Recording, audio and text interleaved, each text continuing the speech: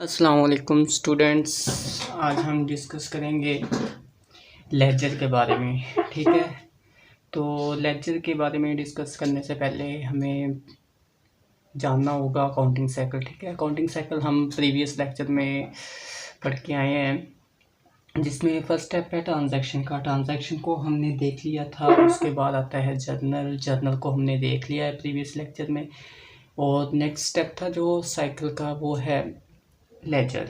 ठीक है, तो लेजर में आने से पहले हमें देखना होगा कि हमारे पास ट्रांजैक्शन है, और ट्रांजैक्शन के बाद जर्नल बनता है, और जर्नल के बाद हम लेजर बनाते हैं। ठीक है, तो ये ऊपर आपको क्वेश्चन दे दिया गया है। शॉर्ट वीडियो करने के लिए एक छोटा सा क्वेश्चन हम डिस्कस करेंगे। तो उसका पहले हमने इन ट्रांजैक्शन का ये एक हमें पैराग्राफ टाइप क्वेश्चन दिया गया है। क्वेश्चन रीड आउट कर लेते हैं। रीड आउट करने के बाद हम देखते हैं कि इसको हमने जर्नल में कैसे पुट करना है, उसके बाद हमने इसको लेजर में कैसे लेके जाना है। ठीक है, तो क्वेश्चन रीड करते हैं। On January 1, 2022 Anam start enterprise with 18 lakh on January 5। ठीक है, she sold goods at credit 10,000 on January 12, receive 10,000 from a debtor on January 17, purchase some goods with 4,000 cash, also the enterprise paid 1,000 rent on January 25। ठीक है, तो इन question को हम parts में divide कर लेते हैं। तो पहले हम आते हैं जर्नल की तरफ। ठीक है, इस क्वेश्चन को हम जर्नल में पुट करते हैं। फर्स्ट एंट्री है हमारे पास, on January 1, 2022 Anam start enterprise with 1,80,000। ठीक है, तो उसकी एंट्री होगी सिंपल। हमारे पास जो है कैश आया है, तो कैश को हम डेबिट करेंगे, कैपिटल को क्रेडिट करेंगे, क्योंकि हमारे पास कैश आया है। और आपको प्रीवियस वीडियो में बताया था कि अगर हम बिजनेस स्टार्ट कर रहे हैं तो कैश को हम डेबिट करेंगे और कैपिटल को क्रेडिट। 1,80,000 से हमने इसको क्रेडिट कर दिया है। ठीक है, और सेकंड नेक्स्ट वो कह रहा है कि on January 5 she sold good at credit 10,000।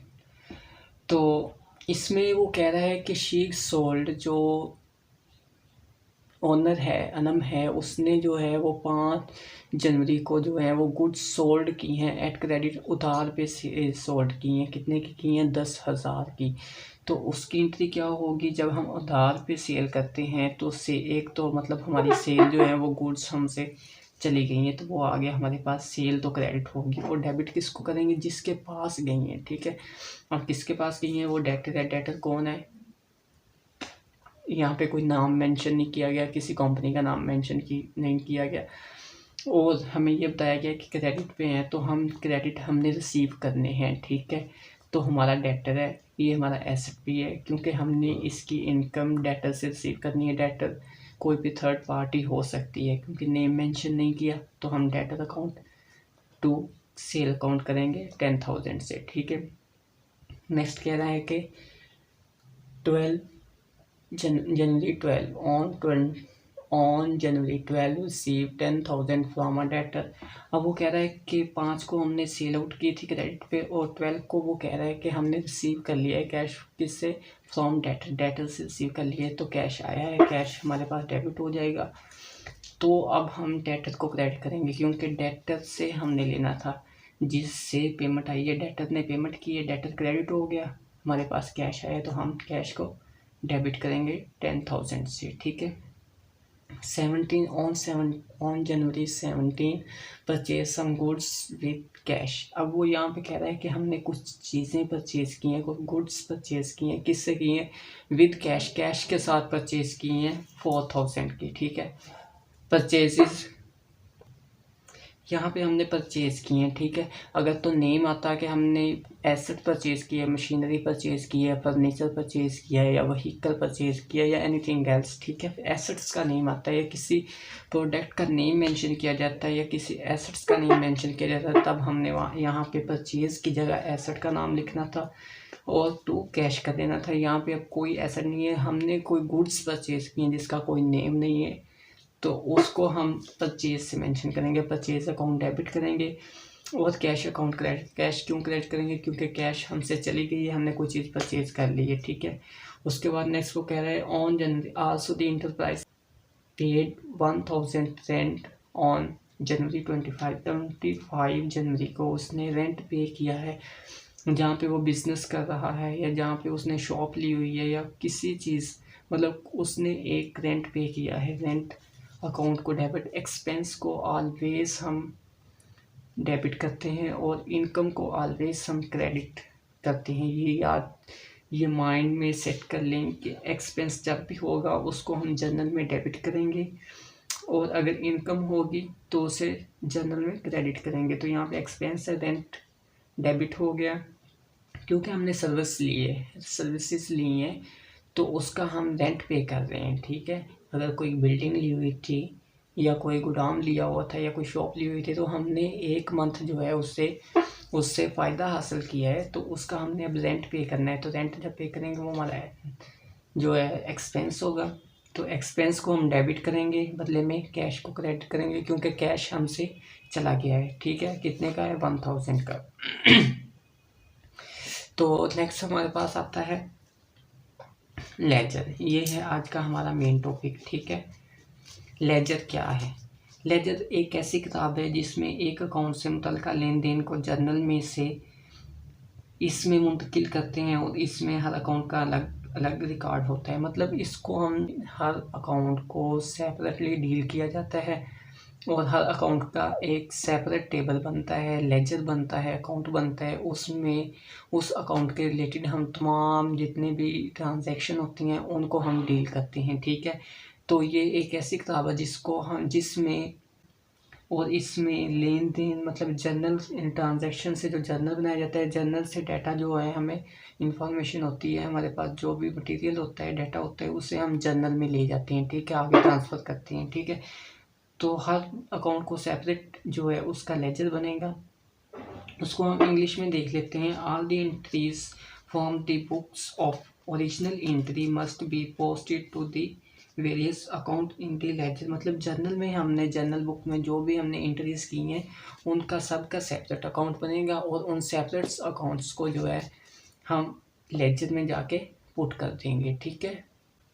तो लेजर हम स्टार्ट करते हैं। फर्स्ट ऑफ ऑल हमारे पास जो जर्नल में एंट्री थी वो थी कैश में, ठीक। जर्नल दे दिया गया है, यहाँ से आप देख के जो है वो लेजर में देख सकते हैं कि कौन सी ट्रांजैक्शन को कैसे डील किया गया है, ठीक है। तो फर्स्ट ऑफ ऑल हमारे पास जो थी कैश टू कैपिटल हुआ था, ठीक है। कैश डेबिट हुई थी, कैपिटल क्रेडिट हुआ था। तो देखिए हमने जब एक अकाउंट बनाना है कैश का, अगर एग्जाम्पल ले लें, हमारे पास सामने भी है, अगर कैश का हम अकाउंट बना रहे हैं तो कैश के अकाउंट में कैश के नाम के रिलेटेड कोई एंट्री या कोई भी ट्रांजैक्शन या कोई भी नेम नहीं होगा। हम अगर कैश का जिक्र है तो कैश का अकाउंट अगर डेबिट हो रहा है तो उसकी रीज़न क्या है, अगर क्रेडिट हो रहा है तो उसकी रीज़न क्या है, ठीक है। यहाँ पे हमने रीज़न लिखनी होती है कि कैश अगर डेबिट हुई है तो किसकी वजह से डेबिट हुई है, अगर क्रेडिट हुई है तो किसकी वजह से हुई है, ठीक है। तो यहाँ पे लेजर में हमारे पास जो है साइड बनाई जाती हैं, एक को डेबिट साइड कहते हैं और दूसरी को क्रेडिट साइड कहते हैं, ठीक है। तो यहाँ पे कैश आ गया, कैश का लेजर बना रहे हैं हम, कैश अकाउंट का लेजर बना रहे हैं।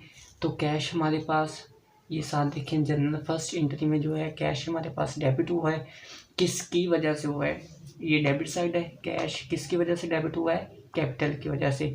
हमने वजह देखनी है, वजह कौन सी होगी, या तो वो क्रेडिट होगी या वो डेबिट होगी। तो कैश किसकी वजह से डेबिट हुआ है, कैपिटल की वजह से। कितनी अमाउंट से हुआ है, 1,80,000 से हुआ है, ठीक है।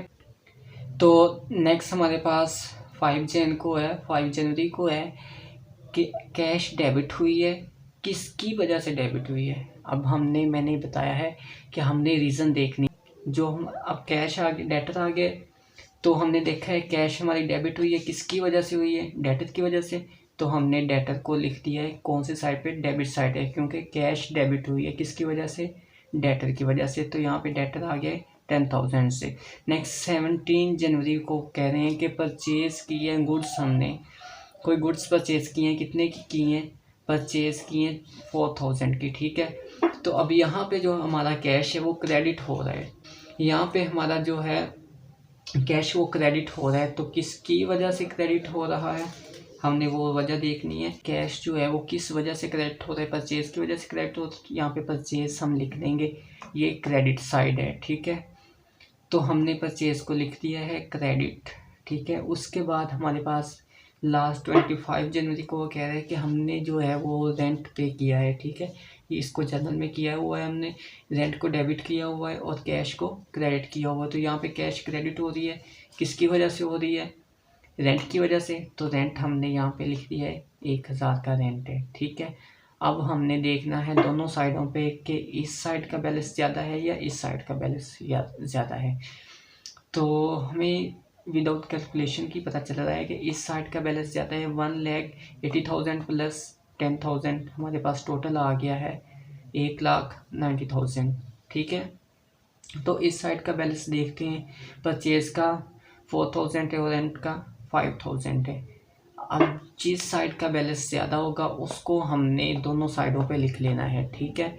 जैसे ये वाला 1,90,000 और 1,90,000 दोनों साइड पे आ गया। अब हमने जर्नल में पढ़ा था कि debit is equal to credit, debit side equal होती है क्रेडिट साइड के, ठीक है। तो यहाँ पे हमने अब बैलेंस को इक्वल करना है। कैसे करेंगे, ये वाला जो बैलेंस होगा, कम बैलेंस जो होगा, जिस साइड का बैलेंस कम होगा उसको हम करेंगे प्लस, प्लस करके टोटल में से माइनस कर देंगे, ठीक है। इन दोनों का जो हमारा बैलेंस होगा उसको प्लस करके टोटल में से माइनस कर देंगे। टोटल में से माइनस जो करेंगे वो हमने यहाँ पे लिख देना है, ठीक है, कि हमारा रिमेनिंग बैलेंस ये है। अब देखिए यहाँ पे टोटल करते हैं, प्लस करते हैं तो 1,90,000 आ गया, और अब यहाँ पे प्लस करते हैं तो 4,000, 1,000 और 1,85,000 अगर प्लस करते हैं तो हमारे पास 1,90,000 आ रहा है, ठीक है। ये कैसे आया, ये कैसे आया है, ये आया है इन दो अकाउंट्स को प्लस किया इनका बैलेंस और टोटल में से माइनस कर दिया, तो जो आंसर आया वो ये है। और जो साइड का बैलेंस कम होगा हमने वहाँ पे जो यहाँ प्लस माइनस करके लिखना है वो हमारा होगा बैलेंस CD, जिसे हम कैरी डाउन कहते हैं, ठीक है। तो इसका जो टोटल होगा वो इस साल पे तो यहीं पे रहेगा। नेक्स्ट ईयर जब हमने ट्रायल बैलेंस में लेके जाना है तो यही बैलेंस दूसरे टोटल वाली साइड पे के नीचे जाके जो है दूसरी साइड पे जाके वो BD बन जाएगा। मतलब नेक्स्ट ईयर का ओपनिंग बैलेंस जो होगा वो हमारा बैलेंस BD होगा। सेम बैलेंस ये यहाँ पे है तो वो यही बैलेंस जो है वो दूसरी साइड के नीचे जाके ओपनिंग बैलेंस हो जाएगा, ठीक है। तो जब हमने ट्रायल बैलेंस बनाना है तो हमने ये वाला बैलेंस लेना है, इस साइड वाला, ठीक है। तो हम यहाँ पे हमारा बैलेंस BD आ जाएगा, ठीक है। ये हमारा बैलेंस, ट्रायल बैलेंस में हमने जो भी बैलेंस लेना है हम ये वाला बैलेंस लेंगे, बैलेंस BD, ठीक है। नेक्स्ट हमारे पास कैश के बाद हमारा आता है कैपिटल, ठीक है। तो कैपिटल का अकाउंट बनेगा क्योंकि उस कैश के रिलेटेड जितनी भी एंट्री थी वो हमने कैश के अकाउंट में ऐड कर दी। उसके बाद हमारे पास सेकंड अकाउंट बनता है कैपिटल का, क्योंकि कैपिटल के अलावा उनको डिस्कस करेंगे। जो जो न्यू अकाउंट्स हमारे पास अवेलेबल हैं उनको हम डील करेंगे, ठीक है। नेक्स्ट हमारे पास है कैपिटल। इसका भी सेम आपने जो है वो फॉर्मेट बना लेना है, एक डेबिट साइड और दूसरी क्रेडिट साइड, ठीक है। तो इसमें देखें कैपिटल जो है हमारा वो क्रेडिट हो रहा है, किसकी वजह से हो रहा है, कैश की वजह से हो रहा है। तो हम यहाँ पे कैश लिख के 1,80,000 कर देंगे, ठीक है।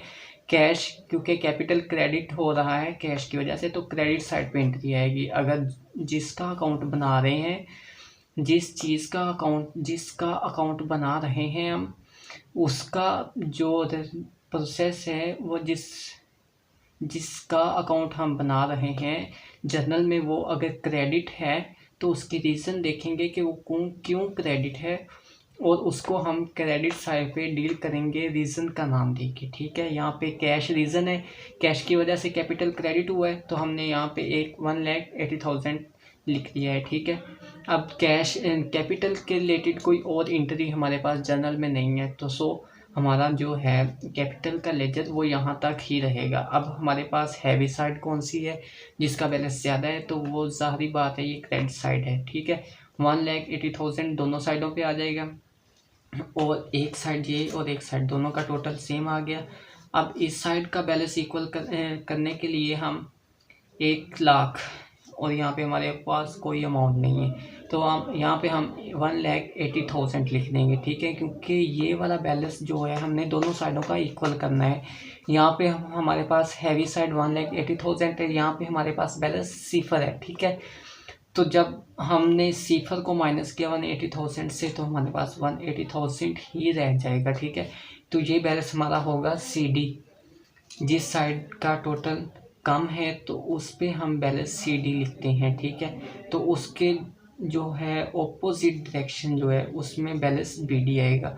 अगर ये वाली साइड हैवी है तो बैलेंस BD इस साइड पे आ जाएगा, अगर ये वाली साइड हैवी है तो बैलेंस BD इस साइड पे आएगा। जैसा कि कैश में आया था, ये साइड हैवी है तो बैलेंस BD इसके नीचे आएगा, और इस साइड में इस अकाउंट में कैपिटल हैवी है, कैपिटल की क्रेडिट साइड हैवी है तो बैलेंस BD के इसके साथ मतलब क्रेडिट साइड के नीचे आ जाएगा, ठीक है।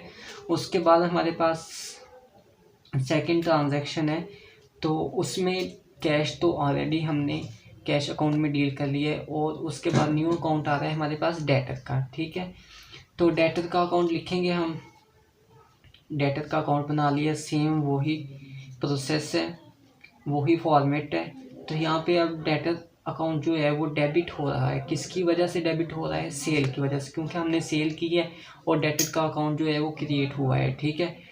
तो डेटर डेबिट हुआ है, किसकी वजह से हुआ है, सेल की वजह से, वो हमने वजह यहाँ पे लिख दी है, 10,000 से हुआ है डेटर, ठीक है।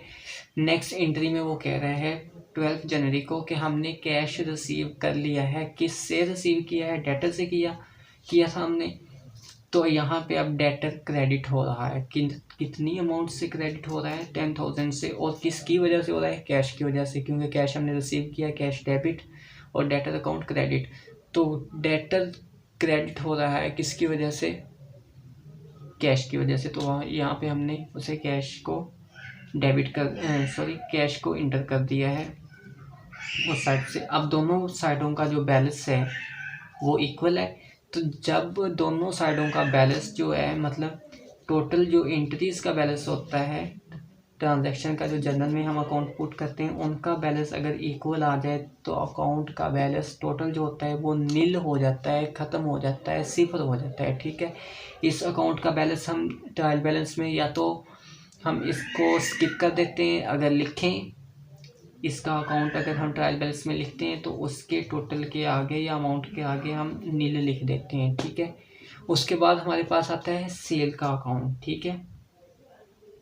5 जनवरी को हमने सेल की थी तो सेल का अकाउंट आएगा, ठीक है। अब सेल का अकाउंट आ गया हमारे पास, सेल हमने की है 5 जनवरी को। अब सेल जो है वो क्रेडिट हुई है, किसकी वजह से क्रेडिट हुई है, डेटर की वजह से, क्योंकि डेटर डेबिट है, सेल क्रेडिट है, तो हमने डेटर को लिखा है सेल के अकाउंट में कि सेल क्रेडिट हुई है, किसकी वजह से हुई है, डेटर की वजह से, कितनी रुपये अमाउंट से हुई है, 10,000 से, तो हमने वो 10,000 लिख दिया। अब देखो यहाँ पे जो बैलेंस हमारे पास 10,000 एक ही बैलेंस है, दूसरी साइड पे कोई बैलेंस नहीं है, तो ये साइड हैवी हुई, तो यहाँ पे हमने टोटल उसका कर दिया, टोटल 10,000 दोनों साइड बोथ साइड पे आ गया, ठीक है। अब हैवी साइड के नीचे का जो बैलेंस होगा वो बैलेंस हमारा BD होगा, और जो अमाउंट कम है, जिसका बैलेंस लाइट है, जिसका बैलेंस कम है, उसके ऊपर जो बैलेंस हम लिखेंगे वो बैलेंस CD होगा, ठीक है। तो ये वाला बैलेंस कैसे आया, हमने दोनों साइडों को इक्वल करने के लिए इसमें बैलेंस CD ऐड किया है, क्योंकि इस साइड को हमने दोनों साइडों को इक्वल करना है। इसमें 10,000 है, इसमें कोई अमाउंट नहीं है, 0 है, तो 0 को जब माइनस करेंगे तो वो हमारे पास 10,000 ही रह जाएगा। तो ये हमारा बैलेंस CD हुआ, और ये हमारा बैलेंस BD हुआ, जो इस हैवी साइड के नीचे आएगा, ठीक है।